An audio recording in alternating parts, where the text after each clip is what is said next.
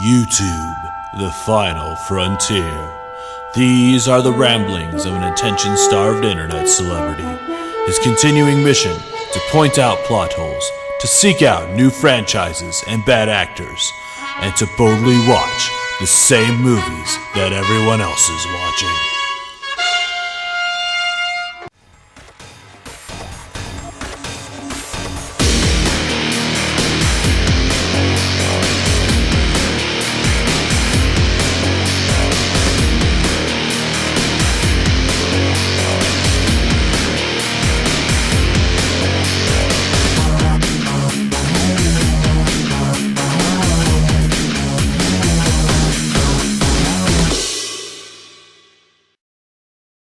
Hey everybody, Sexy Matt the Pharaoh Wizard here, and it's time to talk Star Trek. So apparently this year there's a lot of franchises that I get to talk about for the first time. So since this is my first full Star Trek review, let me give you my history with Star Trek so you know where I'm coming from as I'm reviewing this. So growing up, my dad was a huge fan of Star Trek The Next Generation as well as Deep Space Nine. So I'd watch a lot of these episodes with him and kind of got into it, enjoyed it. And we both kind of gave up. We didn't really watch Voyager and didn't bother with Enterprise at all. So show-wise, I'm mostly Next Generation and Deep Space Nine. I really didn't care for the original series. I've watched a few since. I'm still more of a Next Gen fan. Sorry.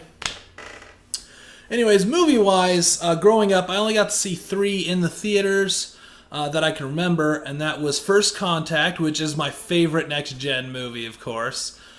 Insurrection, which is it's a movie, and Nemesis, which it's a movie. But yeah, movie-wise, I really wasn't into it as much. The Next Gen movies weren't quite as good. And I really didn't get to watch the original Star Trek movies, at least not that I remember really growing up. At least I really didn't seem interested in them. So yeah, there's my Star Trek kind of history. When J.J. Abrams was announced that he's directing a new Star Trek movie, I was pretty on board. And of course the trailer was awesome, and I saw 2009 Star Trek and loved it. It was awesome and really got everyone interested in the franchise once again.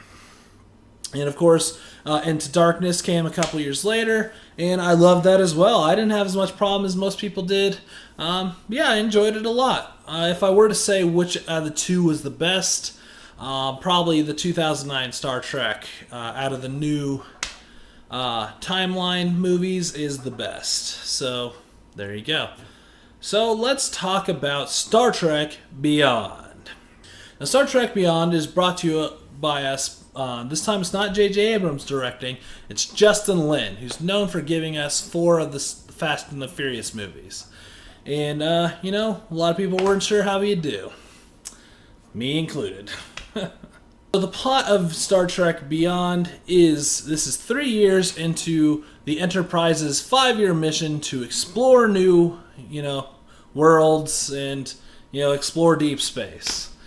And everyone's kind of feeling a little bit weary after 3 years exploring space and only being on, this ship and things like that. So the Enterprise is set to go on a rescue mission, but to go to this planet to rescue the ship, they have to fly through an unstable nebula that no Federation probe has come back from before.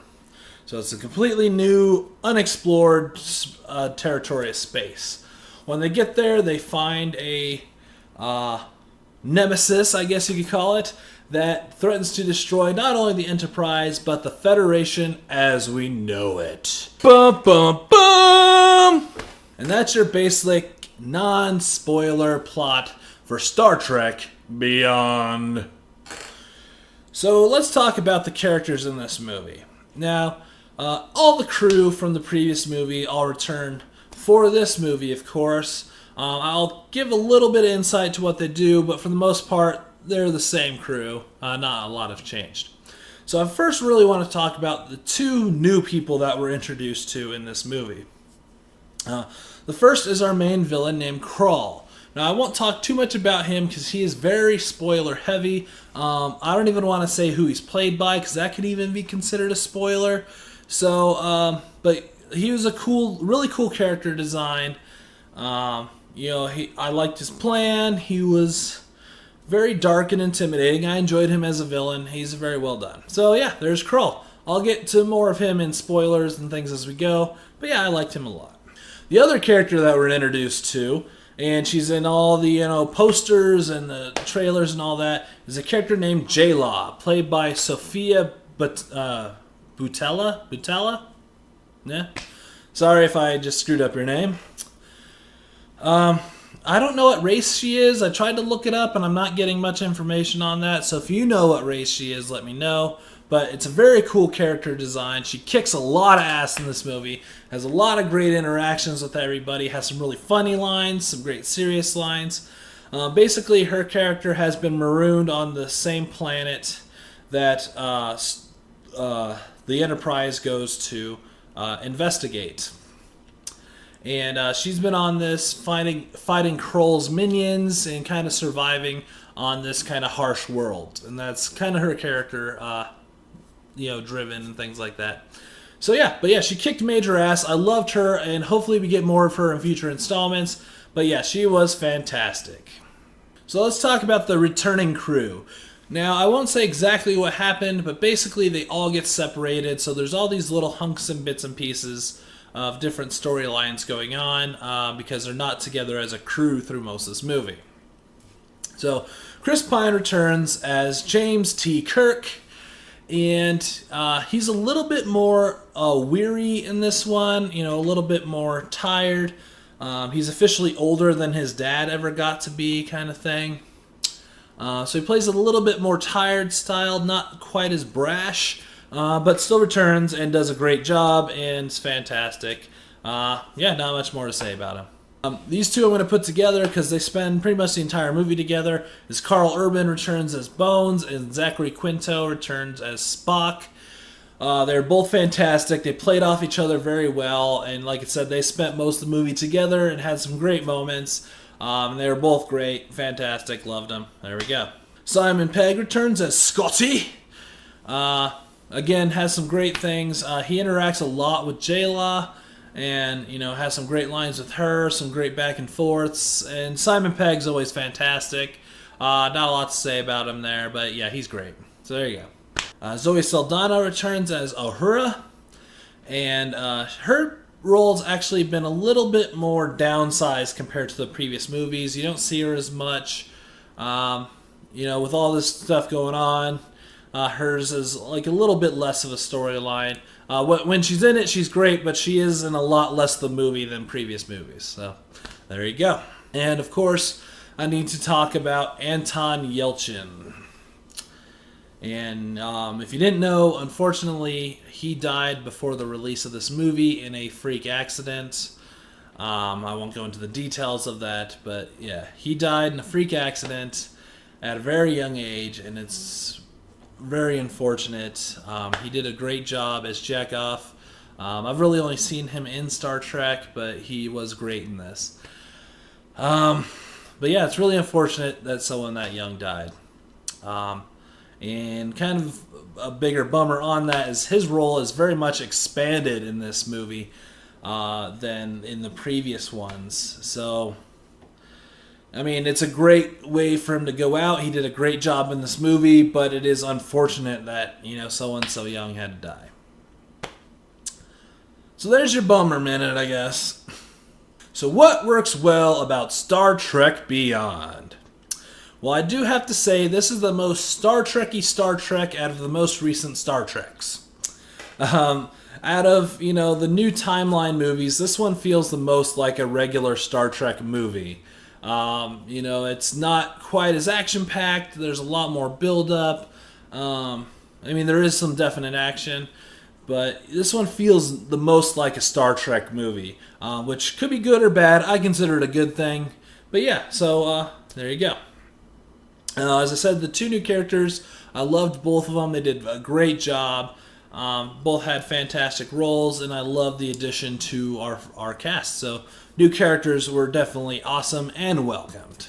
One thing this movie also does really well is it balances being funny and dramatic and just general fun. It is a bit of a romp, but there is some weight to what's going on, so it doesn't just feel like a episode of the show. This has a movie feel, but there is some fun parts, and it's very funny. So yeah, I think it balanced the dramatic and the fun very well and did a good job. And that was definite, great thing that Justin Lin did. And I will officially say that Justin Lin, I was one of the doubters, even when I saw the trailer. But I'm going to officially apologize to you. You did a great job with this, and I owe you a high five, payable on whenever you want to come and see me, and I'll give you a high five because you did a great job. So I got to say, this movie is definitely on par with the other Star Trek movies. Your experience may differ, but I think most people would agree these movies have at least been on the same level with each other. None of them, there's no real full terrible one, there's no super great one, they've all been really solid, and this one continues that. So yeah, very solid movie. Not every movie is perfect, and here's where Star Trek Beyond fails. As I said before, this is a very Star Trek-y Star Trek movie, and that could actually be seen to a lot of people as a negative. This one is not made as much for everyone as the two previous movies. The two previous could definitely get people into Star Trek. But if you're not into Star Trek Beyond is not going to win you over. Being that I liked Star Trek before, I was definitely enjoyed it a lot. But if you're not into Star Trek, this may not be your cup of tea. It's kind of a good and a bad, however you want to see it. For Star Trek fans, this is definitely a love letter to you, but if you're not already a fan, this isn't going to win you over. This isn't going to be now I'm going to like Star Trek. I don't see this one winning any new people over. And the other negative I had about this movie is Krall's plan, although it does make more sense near the end, so I won't talk about that, but through most of the movie is a little bit of evil for the sake of being evil. I'm just a bad guy.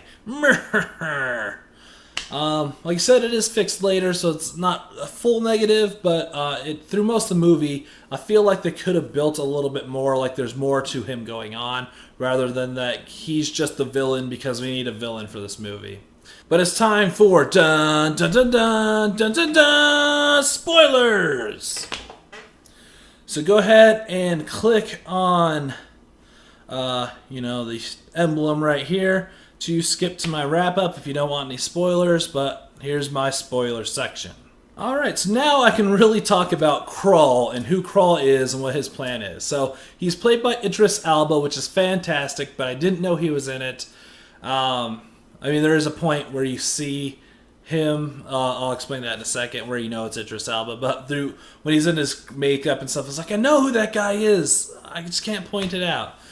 And I love Idris Elba, so he did a fantastic job.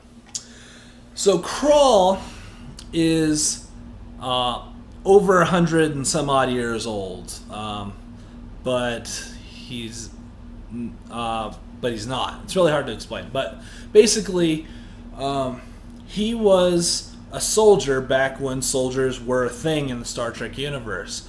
Once kind of universal peace was declared, he was no longer needed, but they went ahead and made him captain of the USS Franklin, which is the first Warp 4 ship that the Federation has ever created. But basically, this ship got lost, and there's some rumors what happened, but basically it was this lost ship. And what happened was it got marooned on the planet that this movie takes place on, and basically Krall found a way to extend his life by absorbing energy. It's not fully explained really well, but basically he found a way to extend his life, but it did create, make him look different every time he absorbed somebody's life force, basically. So he was a soldier, and he hated the Federation for taking that away from him, and that he can't be a soldier, as well as he felt a little betrayed by the Federation because his ship was never recovered. And then, of course, being marooned for hundreds of years makes you a little crazy. So he was a bit crazy. So through most of the movie, he feels like just like a bad guy for being a bad guy, but it is explained later. It makes him a deeper and more interesting character, and I very much enjoyed that. So, yeah, but that is Krull. It's kind of a cool little twist to it. I like that a lot. And it tied into a lot of the earlier days of the Federation, kind of Enterprise style a little bit. So another part I found just freaking awesome that I loved is in the big kind of battle at the end, Krull's minions, I guess you can call them, all flew single fighter ships. Like just one person would fly them type of ships. And they were all kind of connected through a single hive mind, basically. The Enterprise figured out that they can broadcast a signal on a certain frequency that would disrupt this hive mind and basically, screw them all up. And they needed to play something loud over this frequency to really mess them up. And that loudness happened to be Beastie Boys' Sabotage. So basically, the Beastie Boys save the day in the future. Oh yeah, that was awesome. It's this amazing scene where Sabotage is playing within the movie, and just the Enterprise is just taking out tons of ships, and it's fantastic and amazing. I absolutely love that. Oh man, it was awesome. Just so awesome. So yeah, definite thumbs up for that. I love that. That alone was worth the price of admission, definitely. So I think it's a bit of a spoiler. It might be in some of the trailers, I don't know. But the Enterprise gets destroyed again. So in 2009 Star Trek, it survives but gets pretty beat up. Into Darkness, it's really screwed up, but I guess they could have fixed it, kind of thing. This one, it fully crashes into a planet and is totally gone, and they have to rebuild it from scratch. But that's actually happened in a few of the movies. Like, the Enterprise is always getting destroyed. And they seem to want to do it as this big dramatic moment, but it happens so much if you really follow all these movies that it kind of falls flat once again. 'Cause you're like, okay, it got destroyed yet again. Come on, let's just move on. And yeah, they gotta stop doing that. Stop just destroying the Enterprise. Find something else to give us some, drama. But yeah, destroying the Enterprise is getting old hat. Sorry. To wrap this movie up, this is a very fun movie. I very much enjoyed it, and I like going back to more of a Star Trek regular feel. And it was just a really good movie. J-Law was a great addition. I love that character. All the returning cast was amazing. And it's a really fun, fantastic movie. So on my new scale of movies, I am going to give this a see it in theaters. This is definitely worth your price of admission to see it in the theaters. So yeah, definitely check it out. It is worth seeing. So I'm Sexy Matt the Pharaoh Wizard. Until next time, hold on to your hold slots.